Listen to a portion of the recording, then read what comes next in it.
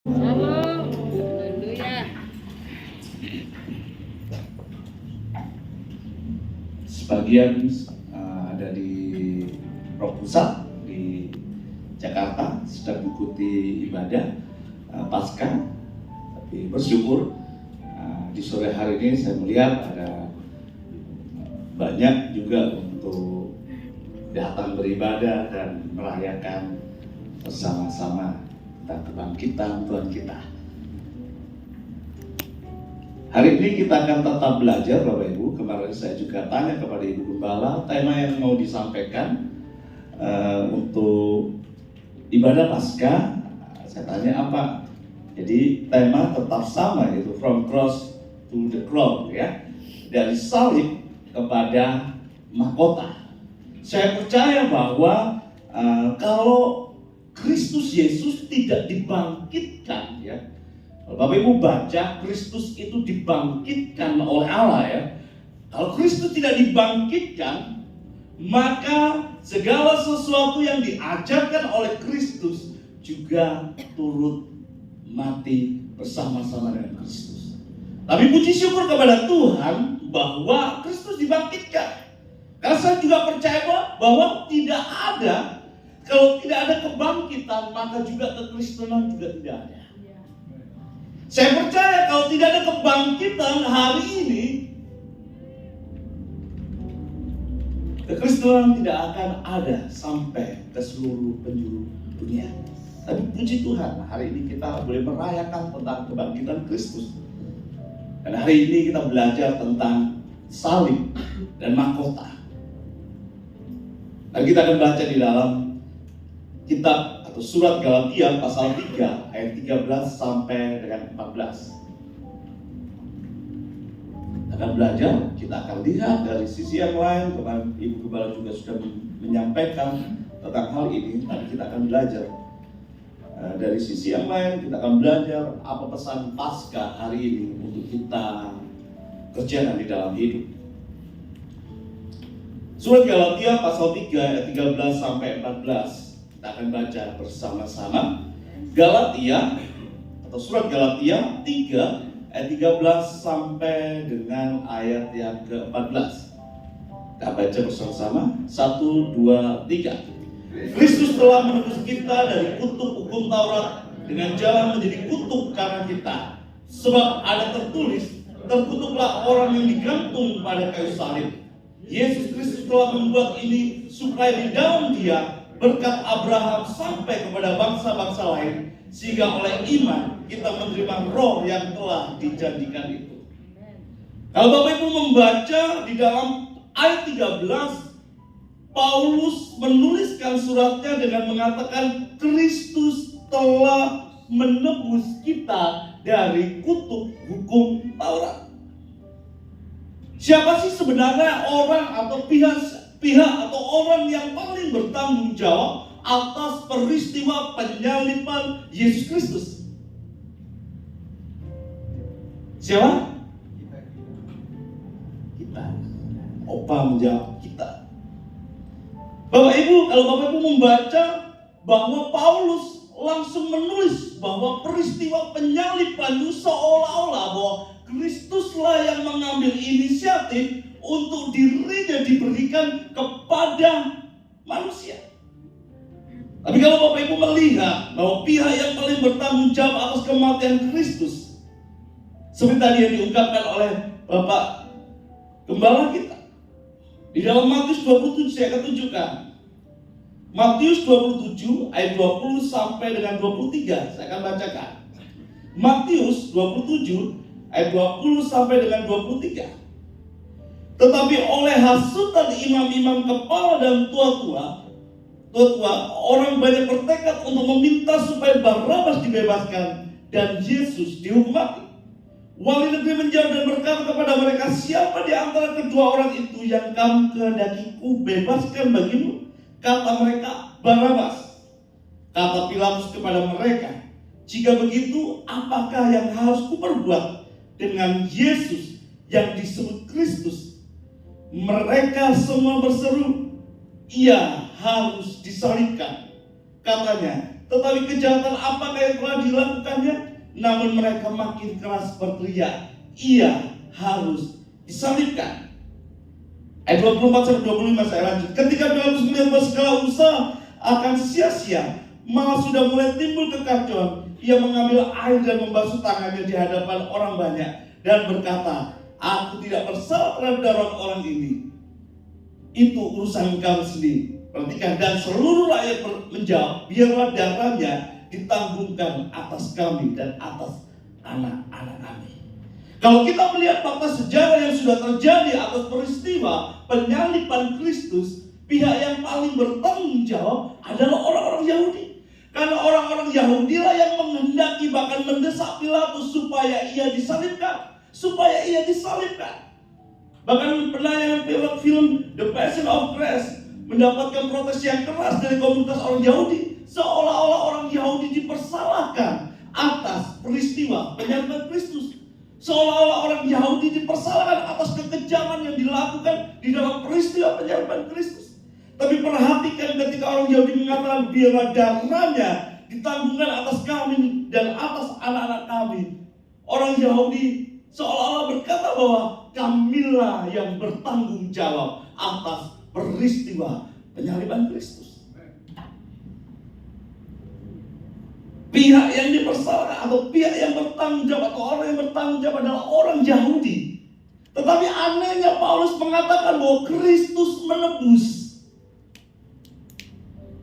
Tetapi fakta sejarah mengatakan bahwa orang Yahudi lah yang bertanggung jawab, yang mengambil keputusan, yang mendesak supaya Yesus dihukum mati dan disalib.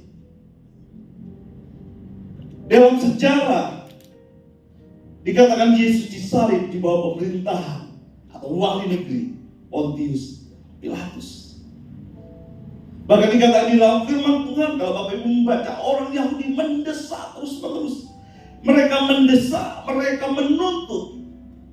Walaupun Pilatus cuci tangan, pada prinsipnya secara hukum bahwa Pontius Pilatus juga turut andil dalam peristiwa keputusan penyaliban Kristus. Tapi anehnya di dalam surat Galatia pasal 3:13 kita melihat bahwa fakta sejarah dengan apa yang disampaikan oleh Paulus sangat berbeda. Fakta sejarah mengatakan bahwa orang-orang Yahudi lah pihak yang paling bertanggung jawab. Fakta sejarah mengatakan bahwa Pontius Pilatus lah yang juga bertanggung jawab dan memberikan keputusan untuk Yesus disalib. Tetapi pemahaman Paulus di dalam surat Galatia, pada waktu itu Paulus masih bertobat baru dan juga menjadi rasul, dikatakan yang mengatakan Kristus telah menebus kita. Pemahaman yang cukup berbeda dengan fakta sejarah dengan mengatakan Kristuslah yang menebus kita. Seolah-olah ini mengatakan bahwa bukan rencana manusia, bukan keputusan manusia, bukan keputusan orang Yahudi, dan juga bukan keputusan Pontius Pilatus untuk Yesus mati di kayu salib. Peristiwa penyaliban adalah skenario Allah dan bukan rencana manusia. Bapak Ibu perlu tahu bahwa hukuman salib adalah hukuman yang paling mengerikan. Pertama kali hukuman salib diperkenalkan pada zaman Kerajaan Persia. Tentunya Bapak Ibu ingat tentang peristiwa Haman dan Mordekai. Digantung, disulakkan. Sehingga cerita bahwa salib akhirnya dipakai menjadi alat untuk menghukum dari kerajaan Romawi. Sehingga cerita hukuman salib itu disempurnakan pada zaman pemerintahan Romawi dengan metode yang sangat-sangat mengerikan. Kalau orang melihat seorang manusia, seorang penjahat, seorang kriminal, seorang pemberontak, seorang pembunuh, seorang pemerkosa dihukum salib dengan penderitaan yang sangat kejam, diharapkan orang yang melihatnya dapat mengambil sebuah pembelajaran untuk tidak melakukan kejahatan. Sangat kejam, sangat brutal, dan sangat-sangat menderita. Ada artikel yang mengatakan sebenarnya yang digambarkan di dalam film itu tidak terlalu menggambarkan semua tentang penderitaan Kristus yang disalib dengan hanya terdiam. Supaya ada semacam Yesus kejam, Yesus merintih kesakitan, dan tidak diam. Dia harus bekerja keras untuk bernafas. Bahkan Bapak Ibu, dalam rasa sakit yang sangat mendalam, dia mengerang. Ada kebutuhan jiwa di dalam kehidupannya dan mengatakan, Eli, Eli lama sabachthani. Bapak Ibu lihat, salib itu bukanlah rencana manusia. Kristus telah menebus. Inisiatif dari Kristus. Lebih dari hanya sekedar fakta sejarah bahwa orang Yahudi lah yang bertanggung jawab, atau Pontius Pilatus lah yang mengambil keputusan. Tetapi dengan pemahaman ini, Paulus ingin mengatakan bahwa Kristuslah yang berinisiatif. Allah yang berinisiatif, dan bukan rencana manusia bahwa Kristus Yesus dalam keadaannya sebagai manusia disalibkan, tetapi Kristuslah yang aktif untuk menebus kita. Perhatikan, Kristus telah menebus kita. Lebih daripada sekedar fakta sejarah bahwa manusialah yang mengambil keputusan, tidak. Tetapi dari pihak Allah lah yang mengambil keputusan untuk menebus kehidupan kita. Menebus. Kristus telah menebus. Exagorazo. Membeli. Artinya membeli, membebaskan. Satu pembayaran untuk orang lain, atau membeli seorang budak untuk dikeluarkan dari pasar budak. Pada zaman dahulu Bapak Ibu, kalau seseorang berhutang dalam jumlah yang besar kemudian tidak bisa bayar, Bapak Ibu pernah baca kisahnya di dalam Perjanjian Lama, kisahnya juga di dalam Injil. Kalau seseorang memiliki hutang yang cukup besar dan terlalu banyak sehingga orang itu tidak bisa membayar, maka yang berhutang dan juga anak-anaknya akan dijadikan budak kepada pemiutang. Sama seperti kita. Kita itu tidak bisa melakukan apa-apa. Itulah sebabnya dikatakan di dalam Galatia 3, silakan ditampilkan, Galatia 3 ayat 13, gambarannya sama, bahwa kita itu budak, bahwa kita itu tidak bisa berbuat apa-apa untuk menolong diri kita sendiri. Kita itu tidak mampu, kita itu rusak, kita itu tidak berdaya. Bahkan kita itu tidak bisa melakukan apapun yang dituntut Allah untuk melakukan kebenaran. Sehingga dikatakan telah menebus kita dari kutuk hukum Taurat dengan jalan menjadi kutuk. Perhatikan, apa itu kutuk hukum Taurat? Apa itu kutuk? Faktanya bahwa ketika Kristus mengatakan Kristus telah menebus, faktanya bahwa kita itu budak, pribadi yang rusak. Sehingga kita itu tidak bisa melakukan apa-apa. Sehingga kita tidak bisa mengerjakan dengan baik atau dengan sempurna Taurat atau perintah atau ketetapan Tuhan yang Tuhan tuntut dalam kehidupan kita. Sangat jelas bahwa keberdosaan manusia, ketika manusia jatuh dalam dosa, kemudian dari keturunan-keturunannya dan sebagainya, Bapak Ibu bisa lihat bahwa manusia itu tidak mampu melakukan Taurat. Siapa di dalam Perjanjian Lama yang bisa dikatakan sempurna untuk melakukan Taurat? Tidak ada. Perhatikan, ini yang dimaksud kutuknya di dalam Galatia 3 ayat 10 sampai 11. Saya akan bacakan. Galatia 3 ayat 10 sampai 11. Karena semua orang yang hidup dari pekerjaan hukum Taurat berada di bawah kutuk. Sebab ada tertulis, terkutuklah orang yang tidak setia melakukan segala sesuatu yang tertulis di dalam kitab hukum Taurat. Dan bahwa tidak ada bahwa tidak ada orang yang dibenarkan di hadapan Allah karena melakukan Taurat adalah jelas. Karena orang benar akan hidup oleh iman. Tidak ada orang yang bisa melakukan Taurat dengan sempurna. Bahkan kalau tidak melakukan dengan setia, di dalam Ulangan dikatakan terkutuk. Tidak ada satu pribadi manusia di dalam perjanjian lama yang sanggup untuk melakukan Taurat dengan baik, dengan sempurna, tanpa bercacat. Walaupun ada yang mengatakan melakukan dengan tidak baik, tetapi tetap saja tidak sempurna dan tidak tepat seperti yang tertulis di dalam Taurat. Kenapa kita tidak bisa? Kenapa manusia tidak berdaya? Kenapa manusia dikatakan terkutuk? Kenapa manusia dikatakan dibawa untuk hukum Taurat? Keberdosaan manusia yang kita terima dari Adam dan Hawa, yang kita terima dari keturunan-keturunan sebelum, itulah yang memampukan kita, yang mengatakan membuat kita tidak mampu untuk mengerjakan semua tuntutan Taurat. Dan Paulus menjelaskan dengan cukup tegas tentang kutuk dari Taurat. Saya akan baca di dalam Roma pasal 8 ayat 1 sampai dengan 4. Saya ditampilkan. Demikianlah sekarang tidak ada penghukuman bagi mereka yang ada di dalam Kristus Yesus. Roh yang memberi hidup telah memerdekakan kamu dalam Kristus dari hukum dosa dan hukum maut. Lanjut.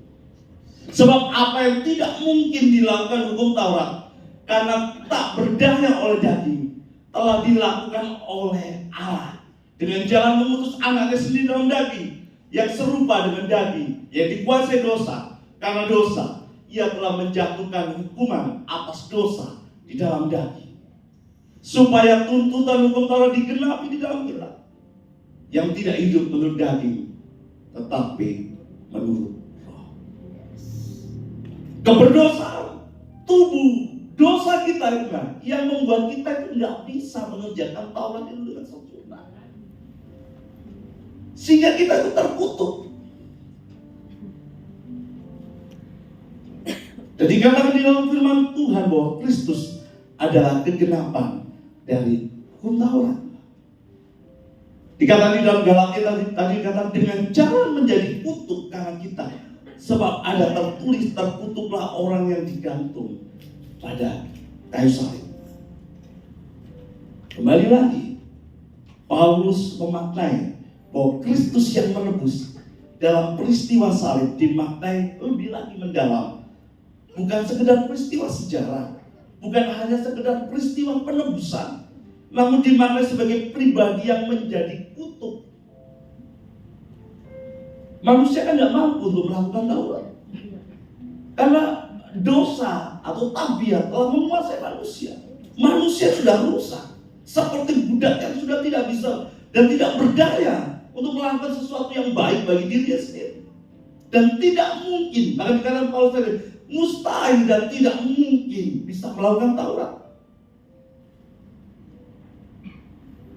Semuanya digantikan oleh Yesus dalam peristiwa penyalibannya, dengan jalan menjadi kutuk karena kita. Semuanya, apa yang tidak bisa dikerjakan oleh Taurat, dikerjakan melalui kematian Kristus.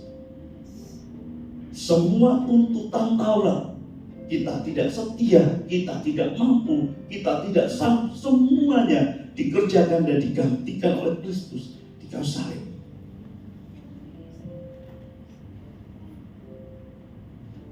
Kalau Bapak Ibu melihat di dalam perjanjian lama,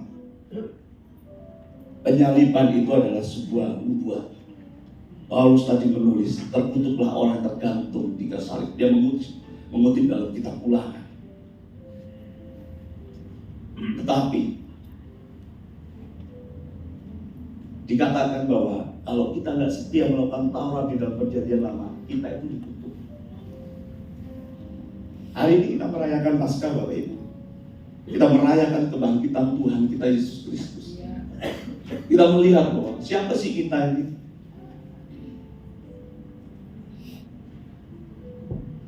Kita itu adalah orang-orang yang berbutuh di hadapan Tuhan. Kita Kita itu sama, mantan pendosa di hadapan Tuhan. Kalau hari ini kita masih boleh ada di hadapan Tuhan, itu semua karena kemurahan Tuhan. Paulus mengatakan bahwa tidak ada yang benar, seorang pun tidak. Kalau semua manusia tidak ada yang benar, artinya untuk Taurat itu sesuatu yang mustahil. Kalau dikatakan dalam firman Tuhan, semua orang telah berbuat dosa dan telah kehilangan kemuliaan Allah, artinya sangat-sangat mustahil untuk orang dapat mengerjakan Taurat dengan baik, dengan tepat dan sempurna. Salib itu berbicara apa sih? Salib itu berbicara tentang Allah yang menebus. Kristus yang memiliki inisiatif untuk menebus kita. Kita itu budak. Kita itu rusak. Kita diberikan status yang baru. Kita dipulihkan. Bahkan dikatakan dalam firman Tuhan, kita bukan hanya ditebus, kita diangkat menjadi anak-anak Allah. Kita itu budak, gambaran manusia yang tidak berdaya untuk melakukan semua tuntutan Allah termasuk Taurat. Kita itu tidak sanggup. Kita itu rusak. Bahkan firman Tuhan sendiri mengatakan kita telah berbuat dosa dan telah kehilangan kemuliaan Allah. Tetapi semuanya itu dipulihkan dalam peristiwa salib. Ingat bahwa salib itu bukan rencana manusia. Salib itu bukan keputusan orang Yahudi. Salib itu bukan keputusan Pontius Pilatus. Salib adalah murni inisiatif Kristus untuk menebus kita dari dosa. Salib adalah inisiatif Kristus untuk mengasihi dan mencintai kita. Salib adalah bukti cinta kasih Tuhan kepada kita yang tidak sanggup, yang tidak berdaya, yang tidak mampu untuk mengerjakan semua tuntutan Allah, terkhusus Taurat. Apa yang tidak bisa dikerjakan oleh Taurat dikerjakan oleh kematian Kristus. Dan semuanya dibayar lunas. Apa pesan Paskah buat kita hari ini? Kita budak, kita mantan pendosa, dan tidak sanggup untuk sesuatu yang baik bagi diri kita sendiri, dan juga tidak sanggup untuk mengerjakan sesuatu yang baik untuk tuntutan Allah. Tetapi Kristus datang untuk menebus kita dan membeli kita dan harga yang mahal. Kita dikasih, kita dicintai. Dalam peristiwa salib kita bisa belajar ketidaksanggupan manusia adalah kesanggupan bagi Allah. Manusia tidak berdaya untuk melakukan Taurat. Manusia tidak berdaya untuk melepaskan dengan kekuatannya sendiri kutuk terhadap Taurat. Tetapi Kristus menebus kita. Kita yang tidak berdaya, Tuhan datang menebus dan mengasihi kita. Pesan Paskah buat kita hari ini Bapak Ibu, kita belajar ketidaksanggupanmu adalah kesanggupan bagi Allah. Kebangkitan itu memberikan harapan. Kalau hari ini kau datang dengan hal-hal yang kau anggap aku gak sanggup, aku gak mampu, aku gak bisa, aku menghadapi masalah yang tidak ada solusinya, aku terhimpit, aku mengalami kebangkrutan, dan aku harus memulai dari nol. Sama seperti manusia rohani kita bangkrut seperti budak, dan kita tidak berharga. Kristus datang untuk membeli kita. Dan Kristus memberikan segalanya buat kita. Ketidaksanggupan manusia Tuhan kerjakan. Apa yang dikatakan oleh manusia tidak sanggup, Tuhan datang dan kerjakan. Dan Tuhan sanggup untuk mengerjakan. Pesan Paskah buat kita hari ini, ketidaksanggupanmu adalah kesanggupan Allah. Kamu gak budak, kamu malah mendosa, tapi kau diberikan status yang baru sebagai anak-anak Allah. Engkau tidak berharga, Tuhan menebus engkau. Dan Tuhan katakan engkau berharga.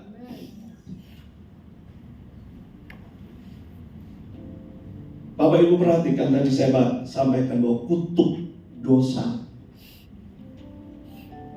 itu jauh lebih berat daripada masalah hari-hari.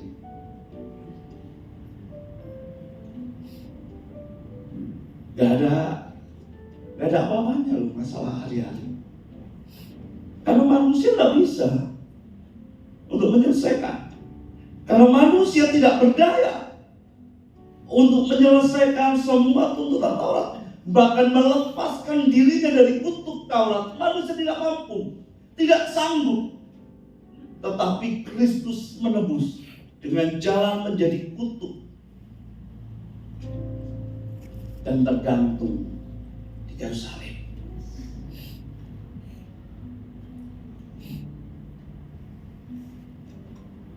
Kutuk dosa itu jauh lebih hebat,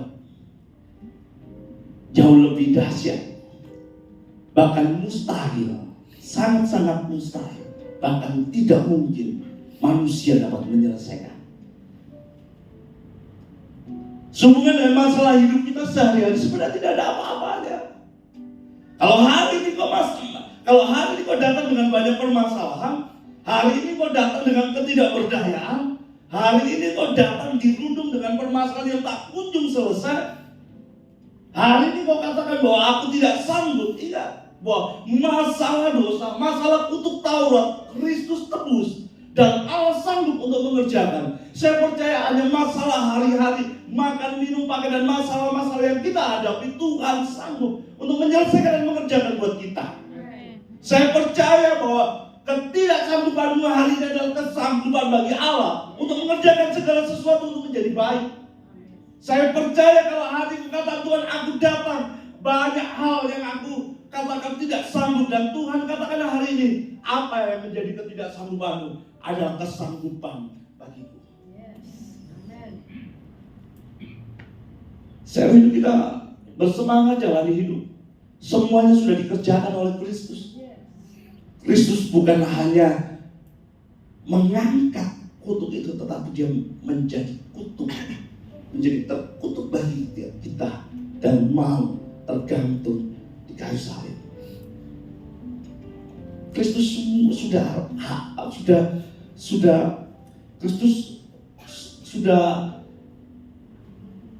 hancurkan semua penghalang-penghalang yang ada di dalam kehidupan kita dengan kematian dan kebangkitannya. Seharusnya kita jalani hidup dengan semangat. Seharusnya kita jalani hidup dengan penuh antusias. Percayalah, kalau hari ini banyak ketidaksanggupan yang kau kerjakan, percayalah bahwa hari ini Tuhan sedang menjawab engkau. Ketidaksanggupanmu adalah kesanggupan bagi Allah. Kutuk itu sudah dilepaskan dengan jalan Kristus menjadi kutuk, dan dia mau tergantung di kayu salib. Apa yang menjadi permasalahan dalam kehidupan kita? Pasca hari ini, saya rindu kita merenungkan ini bahwa semuanya dikerjakan sempurna oleh Tuhan. Pahami bahwa peristiwa salib itu bukan rencana manusia. Pahami bahwa peristiwa salib itu bukan sekedar alur dari manusia, murni inisiatif Allah untuk menyelesaikan semua tuntutan Taurat. Kalau hari ini Tuhan, aku datang hari ini, dan aku harus memulai hidup dari nol. Saya percaya Tuhan juga sanggup untuk mengerjakan sesuatu yang baik. Ungkapkan apa yang menjadi ketidaksanggupanmu. Katakan kepada Tuhan. Pasca hari ini menjadi jawaban buat kita. Apa yang kau katakan tidak sanggup, apa yang kau katakan tidak mungkin, adalah sebuah kesanggupan bagi Allah.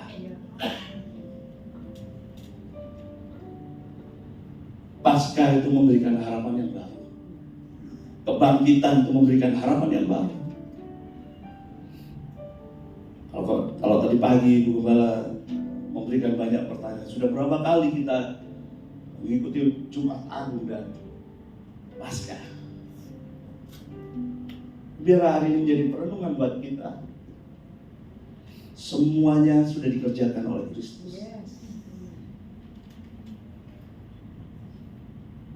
Ketidaksanggupanmu adalah kesanggupan bagi Allah. Hari ini Bapak Ibu, mari jalan hidup dengan semangat.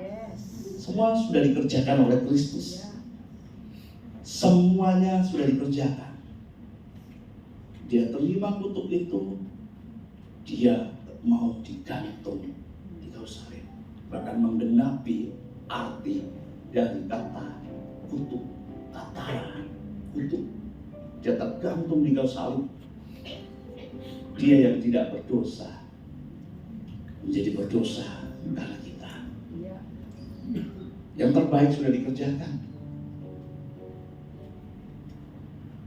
Salib adalah simbol ketidakberdayaan manusia, tapi juga menjadi simbol kesanggupan Allah. Yang terbaik sudah dikerjakan dalam kehidupan kita. Yang pertama kita bisa belajar apa pesan Paskah buat kita hari ini. Saya ulang lagi bahwa ketidaksanggupanmu adalah kesanggupan bagi Allah. Kita budak yang tidak berdaya. Kita budak yang tidak berharga. Kita budak yang tidak bisa menyelesaikan permasalahan kita. Dia datang menebus kita. Yang berikutnya kita belajar dari Galatia 3 ayat 14. Yesus Kristus telah membuat ini supaya di dalam Dia berkat Abraham sampai kepada bangsa-bangsa lain, sehingga oleh iman kita menerima roh yang telah dijanjikan. Jadi kalau Bapak Ibu membaca bahwa kemenangan atas kutuk di dalam peristiwa salib itu sesuatu yang sudah direncanakan oleh Tuhan. Penyaliban dan kebangkitan Kristus dimaknai secara mendalam dalam hal ini. Lebih lagi bahwa itu adalah sebuah kegenapan dari berkat yang diterima oleh Abraham dari Allah. Bapak Ibu tentunya pernah membaca dalam Kejadian 12. Jadi melalui peristiwa kematian Kristus dan juga melalui kebangkitan Kristus, apa yang pernah Allah sampaikan kepada Abraham itu digenapi. Jadi Paulus bukan hanya melihat itu bahwa peristiwa penyaliban, bukan hanya melihat bahwa itu adalah peristiwa di mana Kristus bangkit, tapi peristiwa penyaliban dan kebangkitan Kristus adalah sebuah penggenapan bahwa apa yang telah dijanjikan Allah kepada Abraham digenapi melalui Kristus. Di dalam Kejadian 12 ayat 1 sampai dengan ayat yang ketiga, berfirmanlah Tuhan kepada Abraham, pergilah dari negerimu dan dari sanak saudaramu dan dari rumah bapamu ini ke negeri yang kutunjukkan kepadamu. Aku akan membuat engkau menjadi bangsa yang besar dan memberkati engkau, serta membuat namamu masyhur, dan engkau akan menjadi berkat. Aku akan memberkati orang-orang yang memberkati engkau, dan mengutuk orang-orang yang mengutuk engkau. Dan olehmu, perhatikan, semua kaum di muka bumi akan mendapat berkat.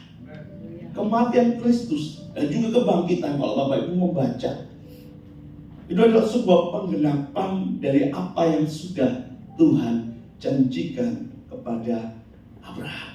Bahwa melalui kematian dan kebangkitan Kristus, semua bangsa mendapatkan berkat. Kita bisa belajar sebenarnya Allah itu tidak pernah lalai untuk menepati janjinya. Sejak janji berkat ini diucapkan sampai menuju pada kematian dan kebangkitan Kristus, janji itu digenapi. Jangan selalu pernah berpikir dalam hidup bahwa ketika kita bergumul atas permasalahan-permasalahan kita dan kita tidak mendapatkan jawaban dan tidak mendapatkan solusi dan kita mulai ambil kesimpulan mungkin Tuhan lupa atas janjinya. Tidak, Bapak Ibu.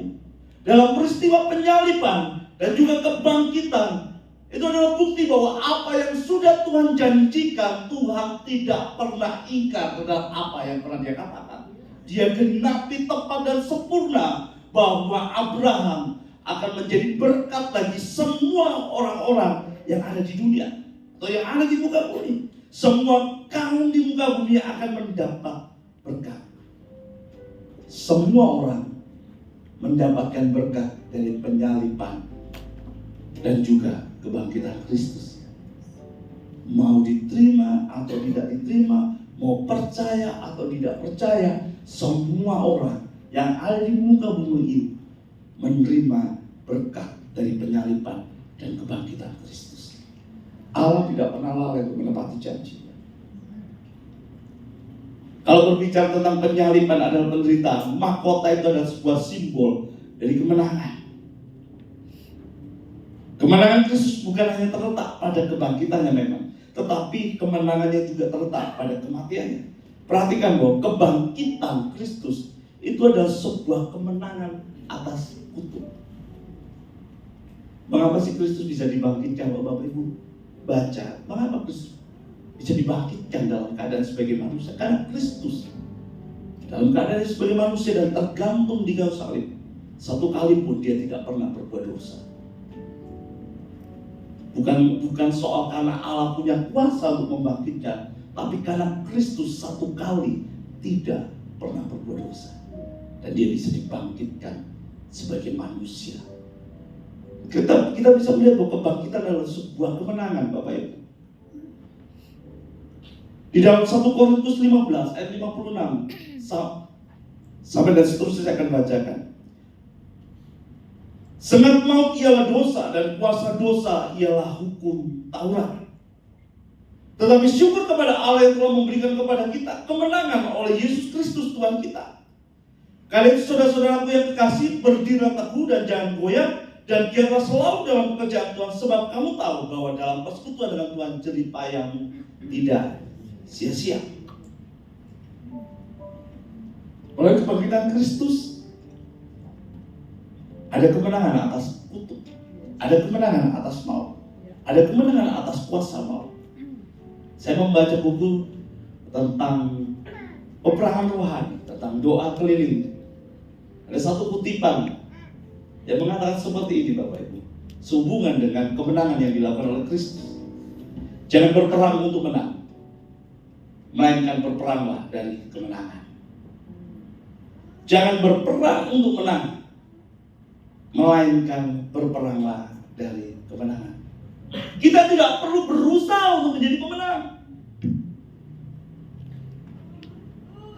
Kita tidak perlu berusaha untuk menjadi pemenang, tetapi kita adalah pemenang. Jangan bergumul untuk menjadi pemenang. Jangan bekerja keras untuk menjadi pemenang, karena kita adalah pemenang. Jalani langkah-langkah hidupmu bahwa engkau adalah seorang pemenang.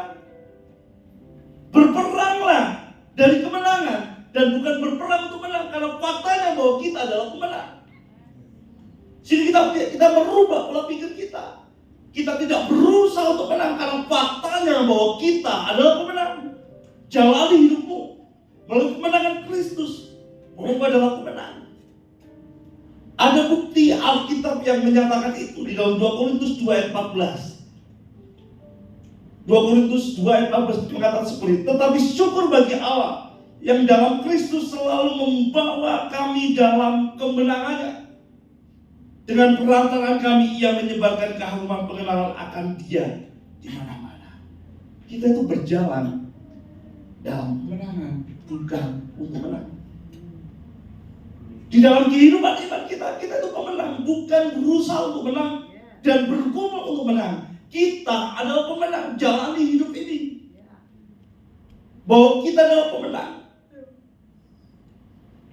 Seharusnya itu merubah pola pikir. Kemenangan Kristus, kebangkitan Kristus merubah pola pikir kita bahwa kita adalah pemenang dan tidak berjuang untuk menang. Apa yang dapat kita tangkap dari Paskah hari ini? Kita itu hidup di zona kemenangan sebenarnya. Kita hidup di zona kemenangan. Setiap langkah kaki kita dikatakan dalam firman Tuhan berjalan dalam kemenangannya, berjalan di dalam kemenangan. Tidak berusaha, tidak berjuang, Kalau faktanya kita berjalan bahwa kita berjalan sebagai orang-orang yang menang. Seharusnya ini boleh menjadi kebenaran dalam hidup kita. Bahwa kita adalah orang-orang yang ditentukan di dalam kekekalan. Bahwa kita adalah pemenang. Melalui salib Kristus, melalui penebusannya, melalui kebangkitannya. Kita ditentukan, kita ditetapkan. Bahkan sebelum dunia dijadikan, kita sudah ditetapkan untuk menjadi pemenang di dalam hidup ini. Berjalanlah dalam kemenangan. Dan jangan bergumul untuk menang, tapi berjalanlah karena engkau sudah menang.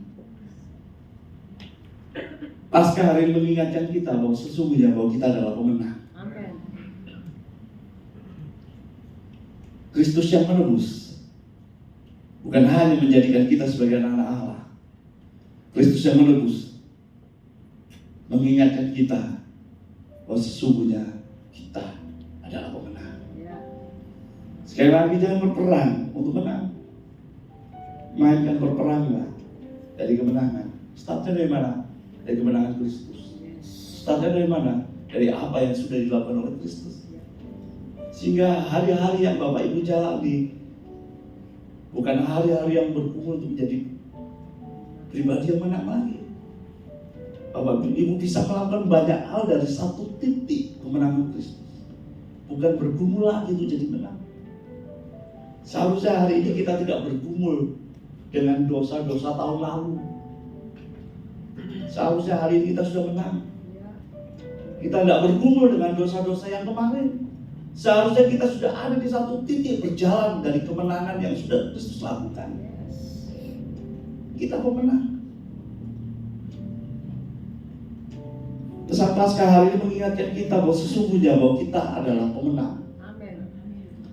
Yang pertama, kita belajar bahwa ketidaksanggupanmu adalah kesanggupan Allah. Yes. Yang kedua, kita diingatkan, mungkin kita lupa. Seringkali kita selalu bergumul dan berjuang untuk menang. Salah. Karena pada hakikatnya kita adalah pemenang. Ya. Kita hidup di zona kemenangan. Lakukan banyak hal untuk Tuhan. Lakukan banyak hal untuk Allah. Kalau engkau masih bergumul untuk menang, engkau tidak melakukan banyak hal. Tapi ketika engkau sadar, aku ada di titik kemenangan, dan aku berjalan bersama dengan Tuhan yang memberikan kemenangan, kita akan lakukan banyak hal. Ya. Tapi kalau sementara hari ini pola pikirmu masih bergumul untuk menang, ya mungkin bisa katakan ya, mungkin kita sedang tertinggal dalam hal pemikiran. Yes. Karena pada prinsipnya kita adalah pemenang. Semangat jalani hidup, Kristus sudah bangkit. Lakukan banyak hal, kerjakan banyak hal. Bersama dengan Tuhan, Tuhan sanggup untuk melakukan banyak hal. Bersama dengan Tuhan ada banyak kemenangan-kemenangan yang bisa kita raih. Dan saya percaya Tuhan akan pakai kita terkhusus pada bulan ini. Kuasa itu akan dicurahkan buat kita, dan kita akan menikmati banyak berkat Tuhan. Mari kita bangun berdiri.